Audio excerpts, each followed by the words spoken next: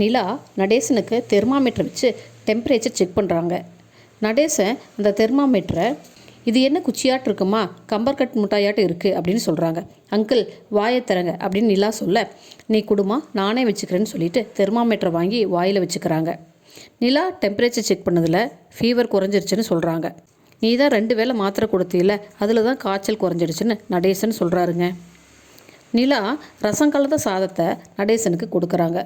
அம்மா நாக்கே செத்து போச்சு, கொஞ்சம் உரப்பா ஊறுகாய் மாதிரி சுருக்குன்னு தொட்டுட்டு சாப்பிட்டா நல்லா இருக்குன்னு சொல்கிறாங்க.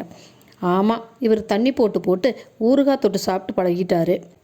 இவருக்கு ரச சாதமெல்லாம் உள்ளே இறங்குமாங்க, நீ இறங்காது, விடுங்க, இவர் எப்படியோ கிடக்கட்டுன்னு பல்லவனும் பாண்டியனும் சொல்கிறாங்க. சும்மா இருக்கடா நீங்கள் அப்படின்னு சொல்லிட்டு நிலா 2 பேர்த்தையும் திட்டுறாங்க. நடேசனை சாப்பிட வச்சு மாத்திரையும் கொடுக்குறாங்க. எதுக்குமா மாத்திரை, எனக்கு தான் காய்ச்சல் நல்லாகி போச்சுலன்னு சொல்லிவிட்டு மாத்திரையை சாப்பிட்டுட்டு ரேடியோ பெட்டியை தூக்கிட்டு எனக்கும் ஒரு காலம் வரும்னு பாட்டு பாடிக்கிட்டே வெளியே போகிறாருங்க. சேரன் கட்டடத்தில் வேலை பார்த்துட்டு இருக்காங்க.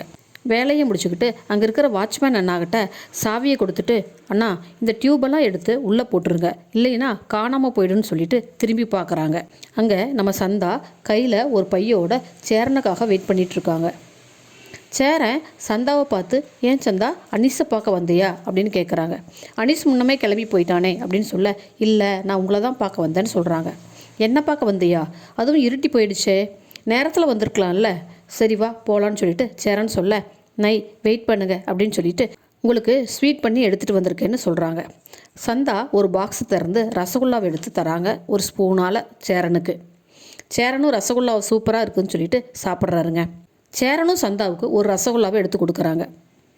சந்தாவும் சாப்பிட்றாங்க. 2 பேரும் சந்தோஷமாக பேசி சிரிச்சுக்கிட்டே கிளம்புறாங்க. சேரன் டைம் ஆகிடுச்சு, நான் உன்னை கொண்டு வந்து வீட்டில் விட்டுட்டு போகிறேன்னு சொல்கிறாங்க. சேரன் சைக்கிளை எடுக்க சந்தா முன்னாடி வந்து உட்கார வராங்க. நீ பின்னாடி உட்காருன்னு சொல்ல, இல்லை நான் முன்னாடி தான் உட்காருவேன்னு சொல்லிட்டு சந்தா முன்னாடி ஏறி உட்காந்துக்கிட்டாங்க. 2 பேரும் பேசிக்கிட்டே வராங்க. கார்த்திகாவும் அவங்க அம்மாவும் கஸ்தூரியும் கடைக்கு போய் காய் வாங்கிட்டு நடந்து வராங்க. கார்த்திகாவை கஸ்தூரி உங்கள் வீட்டில் உன்னை நல்லா பார்த்துக்குறாங்களா அப்படின்னு கேட்க, எங்கள் வீட்டுக்காரரும் சரி எங்கள் மாமியாரும் சரி என்னை நல்லா பார்த்துக்கிறாங்கம்மா அப்படின்னு சொல்கிறாங்க. அப்போ கார்த்திகா சேரனும் சந்தாவும் சைக்கிளில் வர்றதை பார்த்துட்டு ரொம்ப சந்தோஷமாக, கார்த்திகா அம்மா அங்கே பாரு சேரன் மாமா வராரு, ஆனால் சைக்கிளில் யாரையோ வச்சு கூட்டிகிட்டு வர மாதிரி இருக்குது. சந்தா தான் நம்ம மாமா கூட்டிகிட்டு வர்றதுன்னு கார்த்திகா சொல்கிறாங்க. கஸ்தூரி யார் சந்தாவையா அப்படின்னு பேசிகிட்டு இருக்கும்போதே சேரன் சந்தாவை இறக்கி விட்டுட்டு திரும்பி வராரு. சேரன் கார்த்திகாவையும் அத்தையும் பார்த்துட்டு சைக்கிளை திருப்பிட்டு வராருங்க.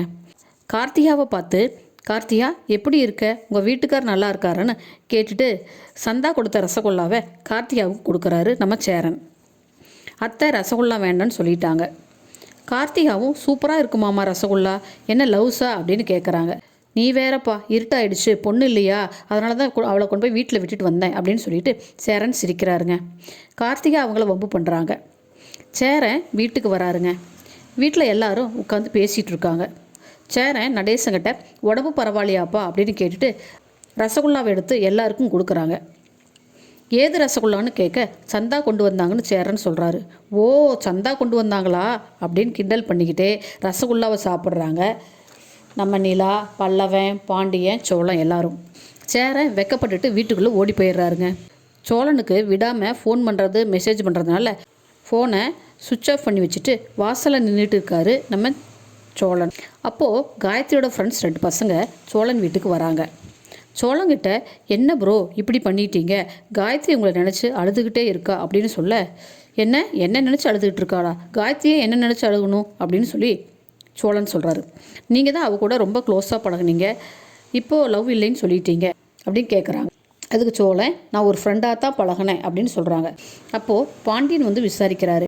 காயத்ரி ரொம்ப சென்சிட்டிவ், நீங்கள் அவளுக்கு ஃபோன் பண்ணி பேசுங்க அப்படின்னு சொல்லிட்டு அந்த 2 பசங்களும் கிளம்பி போயிடுறாங்க. பாண்டியன் சோழங்கிட்ட, இதெல்லாம் உனக்கு தேவையா, அண்ணியை வெறுப்பேற்றுறதா நினச்சி இப்படி ஒரு காரியத்தை பண்ணிட்டு வந்திருக்கேன்னு திட்டுறாங்க நம்ம சோழனுங்க. ஆமாங்க, சோழன் செஞ்சது தப்பு தானுங்க, நம்ம நிலாவை வெறுப்பேற்றுறதுக்காக அவர் ஏதோ ஒன்று பண்ண போய் இப்படி வந்து முடிஞ்சிருச்சு பார்த்தீங்களா. ஓகே ஃப்ரெண்ட்ஸ், என் சேனலை லைக் பண்ணுங்கள், சப்ஸ்கிரைப் பண்ணுங்கள், ஷேர் பண்ணுங்கள். தேங்க்யூ.